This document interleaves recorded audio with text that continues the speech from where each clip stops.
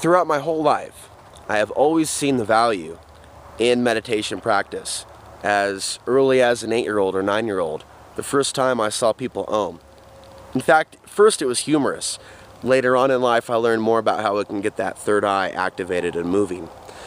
And I remember meditating to deal with a lot of stress in my life when I was 15 and 16 years old. Just quiet, deep breathing, diaphragm breathing, getting that chi going within my body. It was at that time that I got a lot more involved in Taekwondo, Kung Fu, reading the Bruce Lee books, Jeet Kune Do, boxing, and practicing certain Aikido circular motion techniques that really got my energy moving.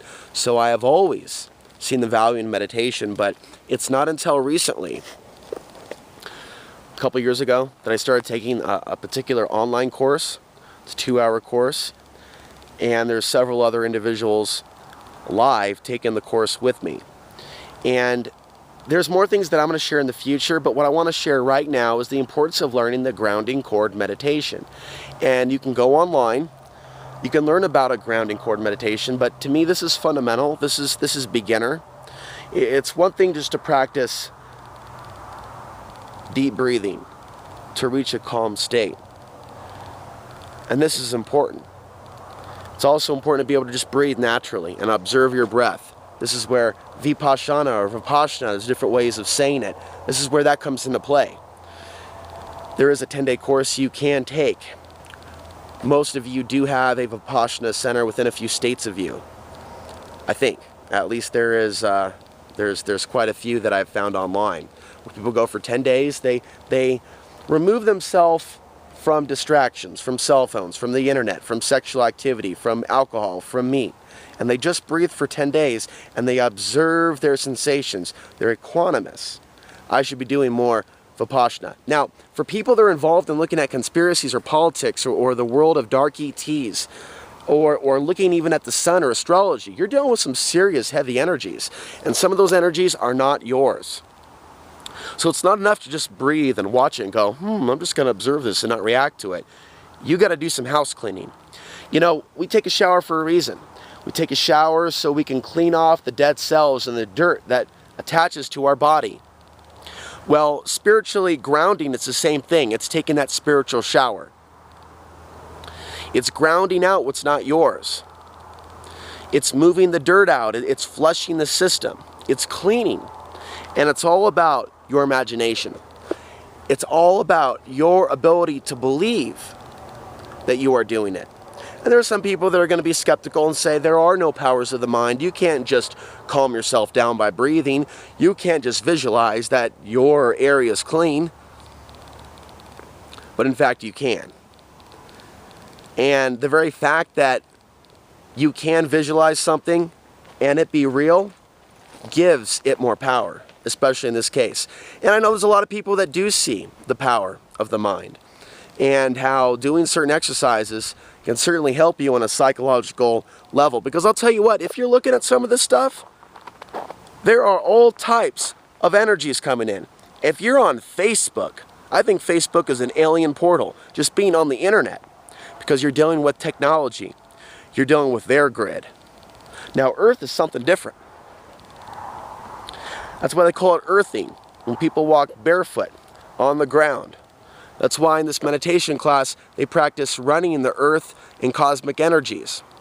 I know yoga deals with some of this stuff, and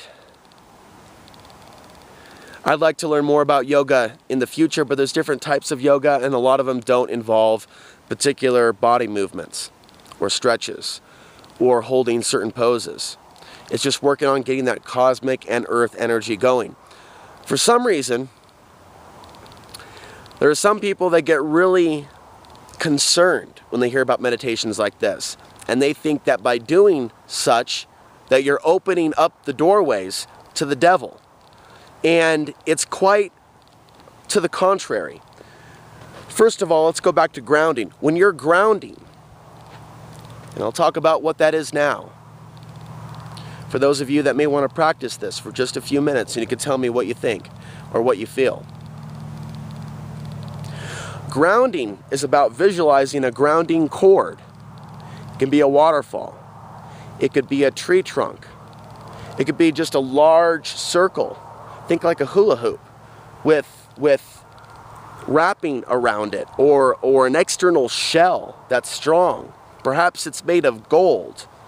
And you connect that in front of you. You create that in front of you. Maybe even write your name on it and today's date so nobody else can use it. So it's just for you. It's all being done in the mind. And you attach that grounding cord. Make it big. As big as you can. As big as the room you're in. It's all about the mind and believing you can do it. And attach that to the root chakra. Hook it in. Click. Boom. Done. Drop the other to the center of the earth. This is where the energy goes, and the energy is transmuted and returned to its source. It's not destroyed. Make sure that's wide as well. Should only take a minute. Time's an illusion in this case. Think it, and it is so.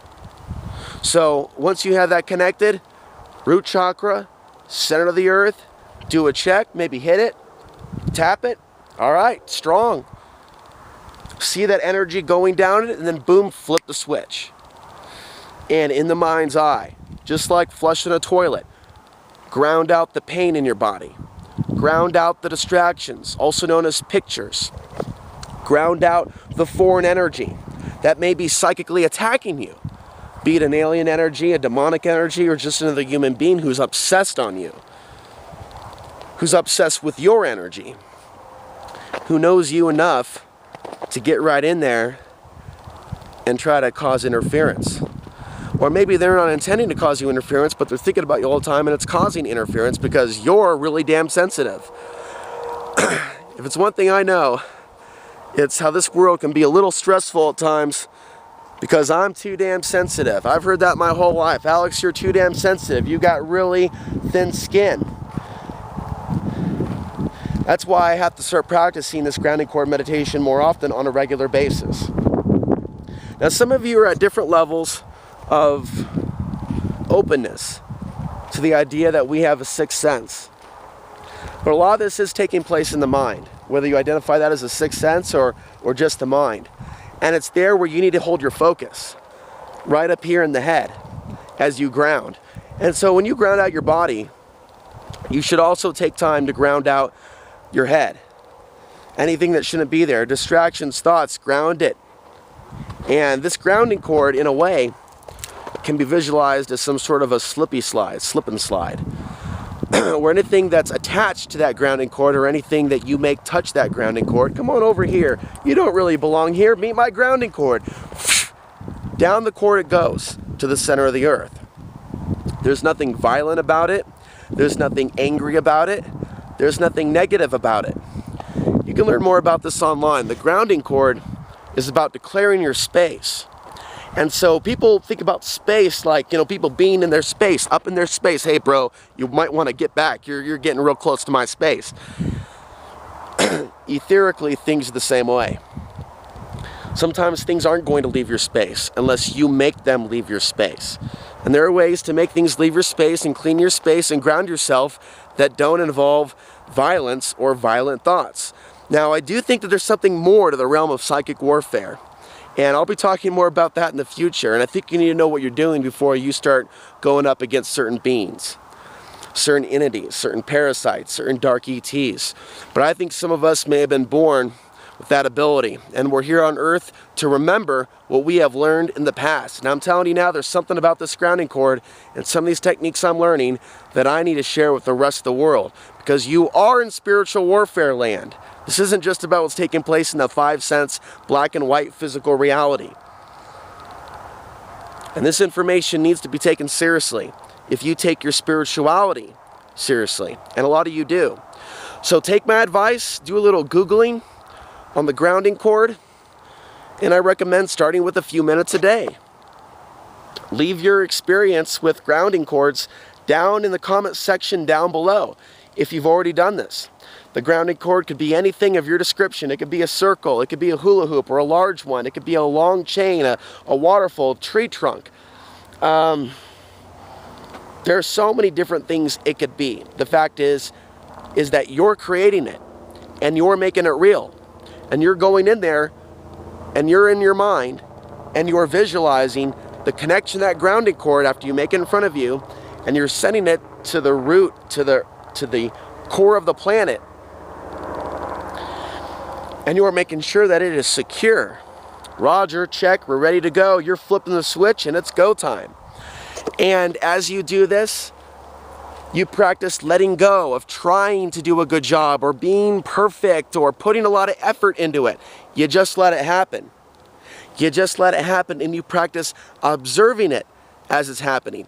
Observing the foreign energy leaving your body, the pain, as you do a scan from the feet all the way up to the head and back down. You can go through and clean out the chakras.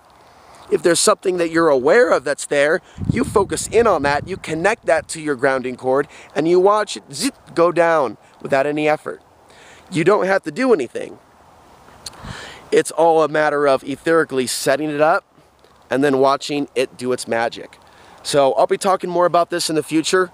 I'll write an article at some point on alexansary.tv. I think that if you're going to go into the realm of looking at extraterrestrials, dark ETs, even the New World Order, you're going to deal with other energies that are going to come and look you up and down and go, you looking at something? You got something to say? And if you start pushing too hard, they're going to push back. And if you don't know what's going on, you might get hurt spiritually. You might have things happen that get in your way, that cause you problems, that sabotage certain aspects of your life.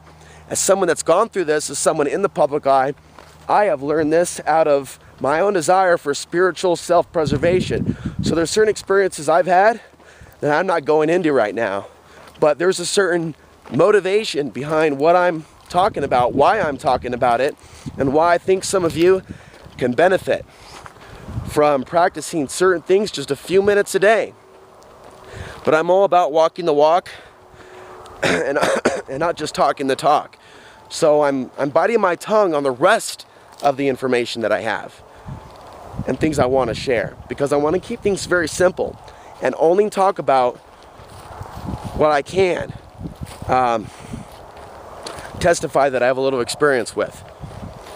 And that is the grounding cord meditation. For me, it's just a matter of doing it every day, which is the most difficult thing, because I think subconsciously I'm used to being an ungrounded person. Some of you already know that. Some of you know my video as well, where I'm ungrounded, I'm just going off. That's not grounded. I gotta be grounded to give you guys a really good TV show. And just to be Alex Ansary, I have to fucking be grounded. So this is very close to my life and my learning experience and my current growth period. Learning curve. Fill in the blank. So I'm going to shut the video off now. alexansary.tv is the website. Subscribe to the YouTube channel, and we'll be talking more about this in a future video. You can find more information about grounding and why all over the web. Just start doing it. All right, we'll see you next time.